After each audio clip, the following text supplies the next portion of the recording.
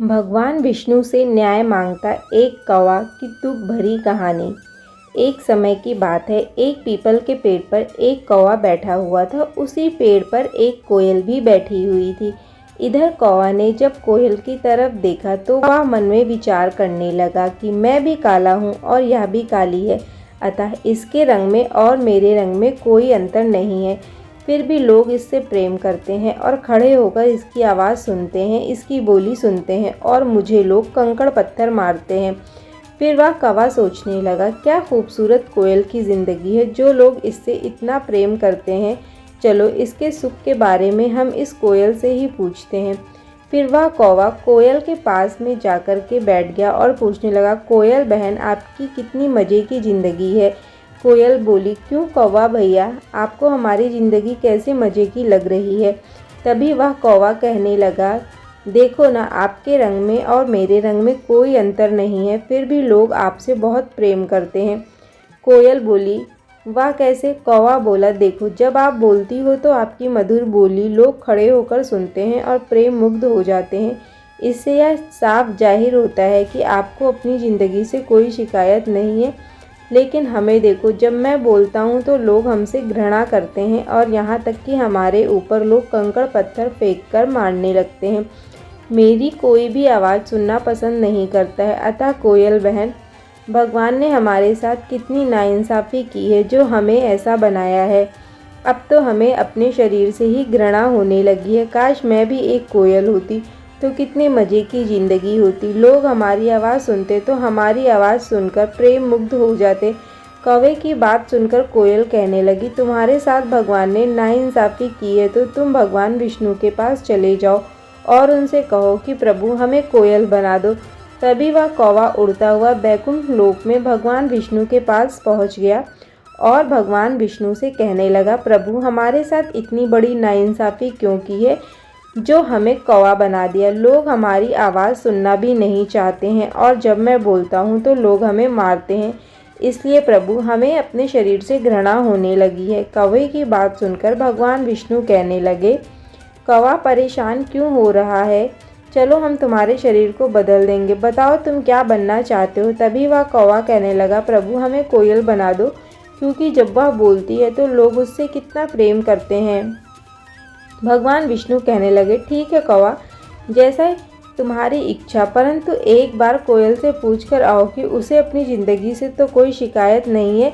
तभी वह कौवा उड़ता हुआ वापस कोयल के पास पहुंचा और बोला, कोयल बहन आपको तो अपनी ज़िंदगी से कोई शिकायत नहीं होगी, क्योंकि आपकी तो ज़िंदगी मज़े की है, आप अपनी ज़िंदगी से पूरी तरह संतुष्ट होंगी। कोयल कहने लगी, क्यों भाई। कौवा बोला, क्योंकि मैं भी कोयल बनना चाहता हूँ। कौवे की बात सुनकर कोयल कहने लगी, कौवा भाई जो तुम सोच रहे हो वही एक दिन मैंने भी सोचा कि मैं मीठा बोलती हूँ तो क्या हुआ, परंतु दिखने में तो मैं भी काली हूँ। कौवा बोला, मैं कुछ समझा नहीं। तभी कोयल कहने लगी, हे कौवा भाई, अरे हम लोगों से तो अच्छा हंस है जिसका रंग सफ़ेद है, जो दिखने में कितना सुंदर लगता है, अतः कितने मज़े की ज़िंदगी उसकी है जो सुंदर सरोवर में रहता है। कोयल की बात सुनकर वह कौवा पुनः भगवान विष्णु के पास पहुंच गया और बोला, प्रभु अब हमें कोयल ना बनाकर एक हंस बना दो। भगवान विष्णु ने कहा, कौवा ठीक है, हम तुम्हें हंस बना देंगे, लेकिन तुम एक बार हंस से पूछ कर आओ कि उसे भी अपनी ज़िंदगी से कोई शिकायत तो नहीं है, वह अपने शरीर से पूरी तरह संतुष्ट है। फिर वह कौवा उड़ता हुआ हंस के पास पहुंचा और बोला, हंस भैया क्या आपकी मज़े की ज़िंदगी है, आपका रंग सफ़ेद है जो देखने में कितना सुंदर है, और आप इस सरोवर में रहते हो और जल में तैरते रहते हो, अर्थात कितने सुंदर लगते हो, आपको तो अपनी ज़िंदगी से कोई शिकायत नहीं होगी। कौवा की बात सुनकर हंस कहने लगा, अरे कौवा हमें तो अपनी ज़िंदगी में शिकायत ही शिकायत है। कौवा कहने लगा, वाह कैसे। हंस बोला, देखो ना, भगवान ने हमारा ऐसा कलर बनाया है, बिल्कुल मुर्दे के कफन जैसा, बिल्कुल सफ़ेद बनाया है, और मैं हर समय जल में ही तैरता रहता हूँ, मोती जैसे पत्थरों को खाता रहता हूँ। लोग जब हमें देखने आते हैं तो मार मार कर हमें उड़ाते हैं। इससे खराब ज़िंदगी भला क्या होगी जो हमें हंस बना दिया। अरे हमसे तो अच्छा तोता है जो फलों वाले पेड़ों पर रहता है। क्या सुंदर सुंदर फल खाता है, क्या उसकी ज़िंदगी मज़े की है।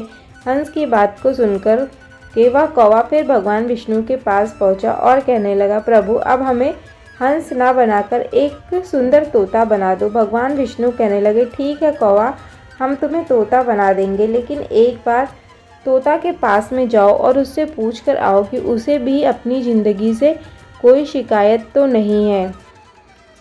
फिर वह कौवा उड़ता हुआ तोता के पास पहुंचा और कहने लगा, तोता भैया क्या ज़िंदगी है आपकी मज़े की, कितना सुंदर आपका रंग है, कितना सुंदर आप देखने में लगते हो। आप फलों वाले पेड़ों पर रहते हो, सुंदर सुंदर और मीठे मीठे फल खाते हो और आकाश में जब उड़ते हो तो कितने अच्छे लगते हो। इससे साफ जाहिर होता है कि आपकी ज़िंदगी सबसे सुंदर है और सबसे अच्छी है।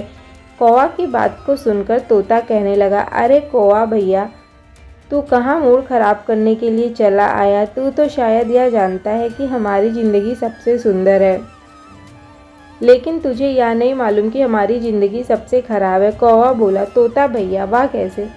तभी तोता कहने लगा, सुन, तुझे नहीं मालूम, देख मेरा रंग भगवान ने बिल्कुल हरा बनाया है और मैं पेड़ों पर रहता हूँ, इस बात को मैं मानता हूँ, लेकिन जब मैं पेड़ों पर बैठता हूँ जैसे पत्तों का रंग होता है वैसा ही हमारा बिल्कुल हरा रंग है। लोग जब फल तोड़ने के लिए आते हैं और मैं वहाँ पेड़ पर बैठा हुआ होता हूँ तो लोग मुझे डंडे से मारते हैं और हमें देख नहीं पाते हैं, क्योंकि हमारा रंग ही पत्तों के जैसा होता है।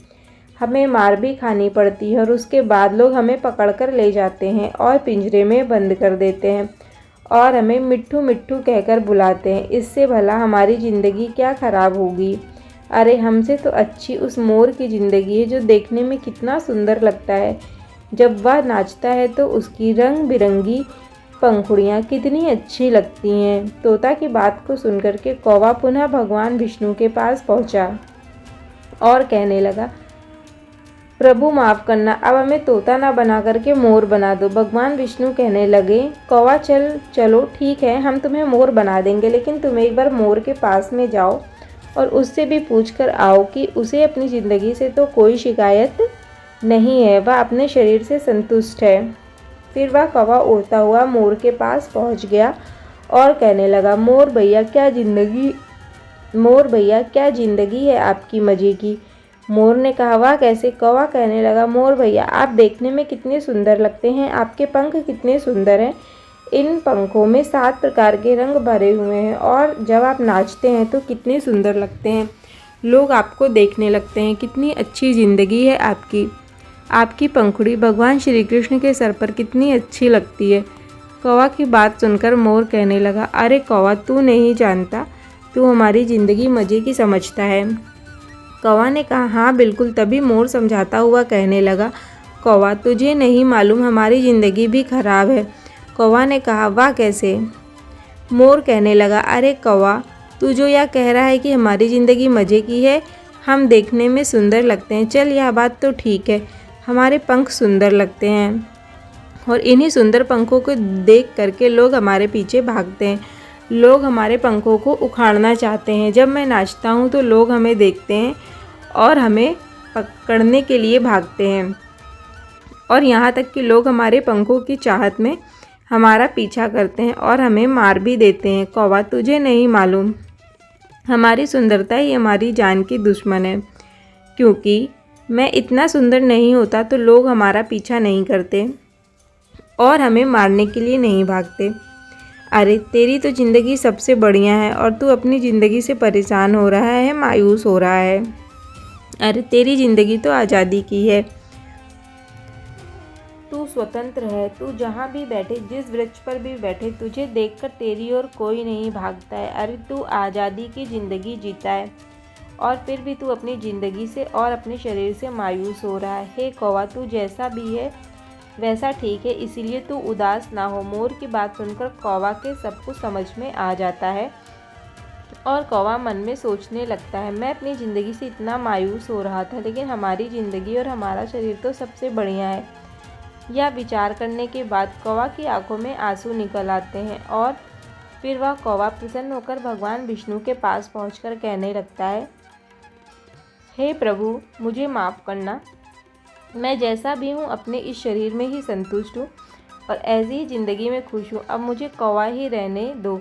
बार बार भगवान विष्णु को प्रणाम करने के बाद कौवा वहाँ से लौटकर चला जाता है। दोस्तों, अगर वीडियो आपको पसंद आई हो तो वीडियो को लाइक करिए और हमारे चैनल दक्षा टेल्स को सब्सक्राइब करें।